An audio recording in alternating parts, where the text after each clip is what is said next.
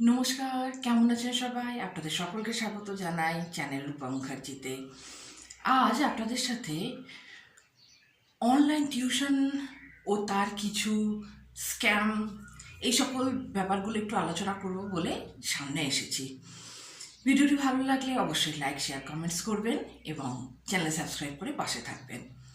দেখুন, আপনি যদি সদ্য নেমেছেন অনলাইন টিউটরিং এই কাজ করতে এবং আপনি দিশা খুঁজে পাচ্ছেন না যে আপনি কি করবেন, সেক্ষেত্রে আমি বলবো আপনি ধীরে ধীরে স্টেপ বাই স্টেপ এগোন। দেখুন, সবার প্রথমে আপনি কি করতে পারেন? সবার প্রথমে আপনি লিঙ্কডিনে একটি অ্যাকাউন্ট বানান, যেটা খুব জরুরি। এবার লিঙ্কডিনও কিছু পেড সার্ভিস দিচ্ছে 1 বছরের জন্য। আপনার যদি সামর্থ্য হয় তাহলেই আপনি ওই পেড সার্ভিসটি নেবেন, আদারওয়াইজ আপনাকে ওই পেড সার্ভিস নেওয়ার কোনো প্রয়োজনীয়তা নেই। এবার বলতে পারেন যে পেড সার্ভিস নিলে কি মিলবে? হ্যাঁ, আপনি যখনই অ্যাপ্লাই করবেন তখনই হয়তো আপনার রেজুমেটাকে পাঠিয়ে দেওয়া হবে ওই সংস্থার কাছে। বিনা পেড সার্ভিস নিয়েও আপনি বিভিন্ন ধরনের কাজ ওখান থেকে পেতে পারেন। কন্টেন্ট রাইটিংয়ের কাজ পেতে পারেন, অ্যাপ্লাই করতে পারেন। অ্যাপ্লাই করলে কি উত্তর আসার সম্ভাবনা আছে? বেশ কিছু ক্ষেত্রে উত্তর আসার সম্ভাবনা থাকে। বেশ কিছু ক্ষেত্রে যারা বিজ্ঞাপনটা দেন তারা তাদের ফোন নাম্বার ও ইমেল আইডি দিয়ে থাকেন, তো আপনারা চাইলে সেই ইমেল আইডিতে আপনাদের রেজুমে, বায়োডাটা, সিভি যা আছে সেটি পাঠিয়ে দিতে পারেন। আপনি ফ্রেশার হন বা আপনি এক্সপিরিয়েন্স হন, সেটা ডিপেন্ড করছে যে তারা কি ধরনের ক্যান্ডিডেট চাইছে সেটার উপরে। অনেক ক্ষেত্রে কি হয় যে আপনি ধরুন অন্য কোনো পেশায় ছিলেন, মানে আপনি হয়তো ডাটা ম্যানেজমেন্ট বা আপনি হয়তো ইঞ্জিনিয়ার বা আপনি অন্য কিছু করতেন। ভাগ্যের পরিহাসে আপনাকে আজ চলে আসতে হচ্ছে আপনার পুরো সাইট চেঞ্জ করে টিচারি করতে। আপনি অফলাইন টিচারিং করতে গিয়ে দেখলেন যে বিভিন্ন ধরনের সমস্যা দেখা দিচ্ছে। সেখানে বিভিন্ন যে সকল গার্জেনরা রয়েছেন তাদের বিভিন্ন বিভিন্ন দাবি দেওয়া রয়েছে।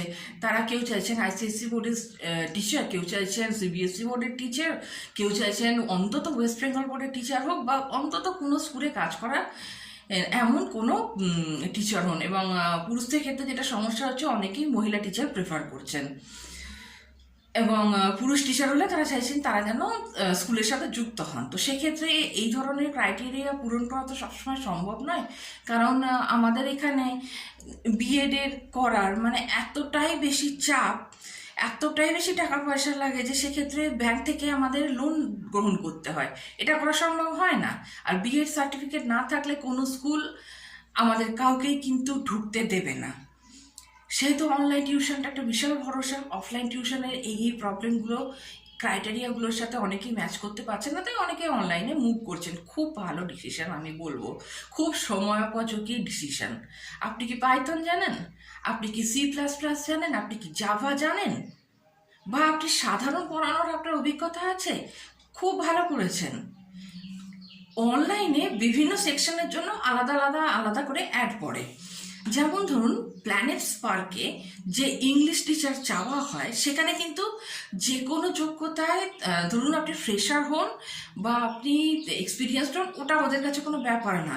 আপনি ইংলিশটা কত ভালো বলছেন, আপনার পিপিটি প্রেজেন্টেশনটা কেমন, এগুলো দেখা হয়। প্ল্যানেট স্পার্ক আমি সকলকেই রেফার করি এই কারণে যে কেউ যখন নতুন করে নতুন কোনো কাজে নামছেন, অর্থাৎ অনলাইন টিউশন করছেন বা নতুনভাবে এই ধরনের কাজে নিযুক্ত হচ্ছেন, একটি বড় প্ল্যাটফর্ম অবশ্যই দরকার।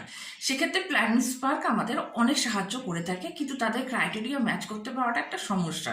আর পিপিটি যদি তৈরি করতেই হয়, সেক্ষেত্রে যদি আপনার চেনা জানা কেউ থাকেন যার AI চ্যাট জিপিটি নেওয়া আছে, তার কাছ থেকে এই পিপিটি প্রেজেন্টেশনটা করিয়ে আনতে পারেন। যদি আপনার করা থাকে তাহলে আরও ভালো। এবার বলতে পারেন যে যদি আমার এগুলো নেই, তাহলে আপনি অর্ডিনারি পিপিটি বানিয়ে অবশ্যই পরীক্ষাটায় বসুন। ওনারা তো পরীক্ষা নেন, ওনারা তো ডেমো নেন, তাই না? তো কনফিডেন্সের সঙ্গে আপনি প্রেজেন্টেশনটা দিন। স্ক্যাম বলতে আমি যেটা বলতে চাইছিলাম সেগুলি হলো যে দেখবেন আমাদের এই যে ফেসবুক আছে, মহান ফেসবুক বা ফেসবুক, সেখানে বিভিন্ন ধরনের ভারত সরকারের লোগো লাগিয়ে ISI লিখে এবং যে অশোক চক্র রয়েছে সেইটিকে ব্যবহার করে পর্যন্ত বলা হচ্ছে যে এটি গভর্নমেন্ট রেজিস্টার্ড কোম্পানি আছে, এটাই government registered online part time job দেওয়া হচ্ছে, এখান থেকে আমরা স্টুডেন্ট প্রোভাইড করি, আপনাদের খুব ন্যূনতম একটা রেজিস্ট্রেশন চার্জ দিতে হবে, আপনারা আমাদের সাথে যুক্ত হন। অনেকেই লোভে পড়ে যুক্ত হয়ে যাচ্ছেন। অলোভে বলবেন, এটা দরকার, মানুষের আয় করাটা দরকার। এখানে তো নারী পুরুষের কোনো ভেদাভেদ নেই, হাত খরচ প্রতিটা মানুষের দরকার, সবাই চান ভালো করে বাঁচতে। এবং এই সুযোগটাই এই স্ক্যামাররা নিচ্ছে। তো তাদের চক্করে আপনারা পড়বেন না। যে মুহূর্তে কেউ বলছে আপনাকে কাজ দেওয়ার পরিবর্তে আপনারই কাছ থেকে 3,000, 4,000, 5,000, 10,000 টাকা পর্যন্ত নেওয়া হবে, কেন আপনি দেবেন? অনেকে এই ধরনের অ্যাড দিয়ে থাকেন, আমার মেয়ে টিউশন টিচার দরকার, আমার ছেলে টিউশন টিচার দরকার। হ্যাঁ, শ্রীরামপুরে একজন ভদ্রলোক আছেন, একজন ভদ্র মহিলা আছেন, তাদের সাথে আমার কথা হয়েছিল। তারা ডাইরেক্টলি বলছেন এটা তো জাস্ট একটা অ্যাড, অ্যাকচুয়ালি আমরা টিউটোপিয়ার থেকে কাজ করি আর আমরা এরকম লোক খুঁজছি। কেন আমি টিউটোপিয়ার ফ্র্যাঞ্চাইজি নিতে যাব?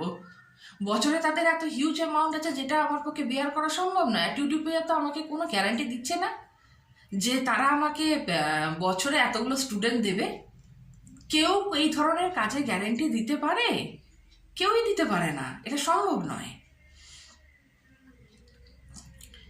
তো স্ক্যামারদের হাতে পড়বেন না, স্ক্যামারদের কোনো উত্তর দেবেন না। যখনই দেখছেন এই ধরনের প্রবলেম দেখা দিচ্ছে, আপনারা সঙ্গে সঙ্গে নাম্বারগুলি ব্লক করে দেবেন।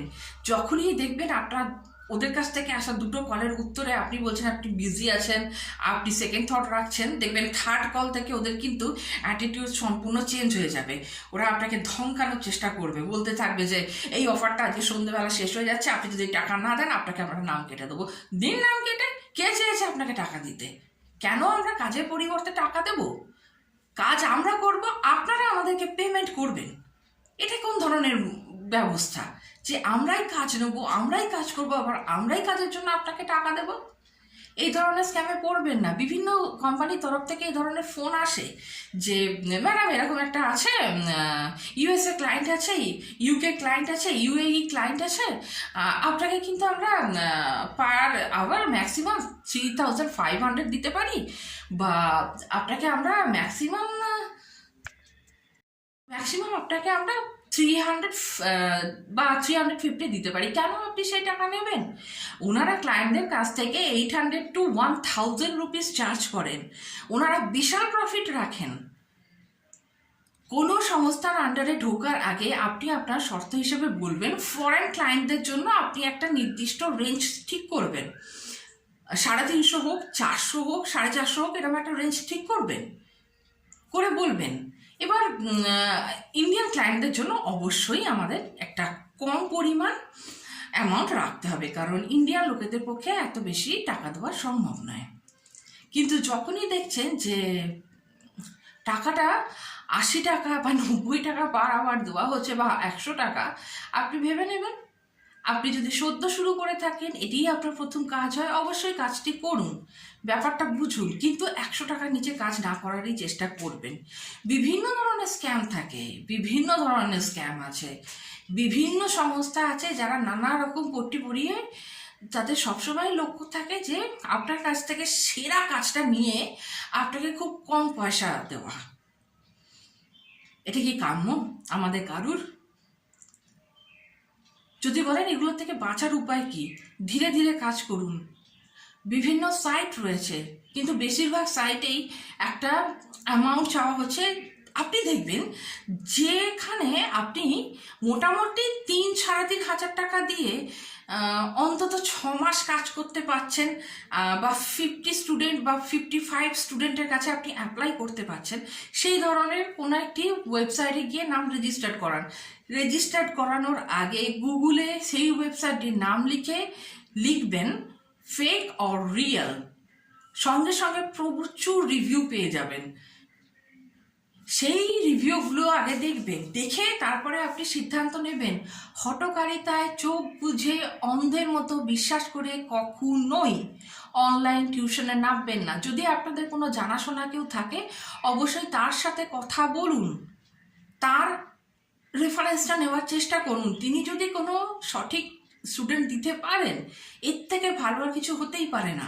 একবার আপনি স্টুডেন্ট পেয়ে গেলেন, স্টুডেন্টের সাথে আপনার কানেকশন ভালো হলো, স্টুডেন্টের রেজাল্ট ভালো হচ্ছে, ধরুন ফার্স্ট টার্মের রেজাল্টই ভালো হলো, স্টুডেন্টের যে প্যারেন্টস আছেন বা বেশিরভাগ সময় স্টুডেন্টের সাথে স্টুডেন্টের মা বসেন ক্লাসের টাইমে, তো তার সাথে যদি আপনাদের বন্ডিং ভালো হয়, তাদের যদি আপনার পড়ানো ভালো হয়ে যায় লাগে, তারা কিন্তু অটোমেটিক্যালি আপনাকে রেফার করতে শুরু করে দেবে। এই ঘটনা আমার সাথে যখন আমি শুরুতে জয়েন করি ঘটেছে, তাই এটা কোনো কাল্পনিক গল্প নয়।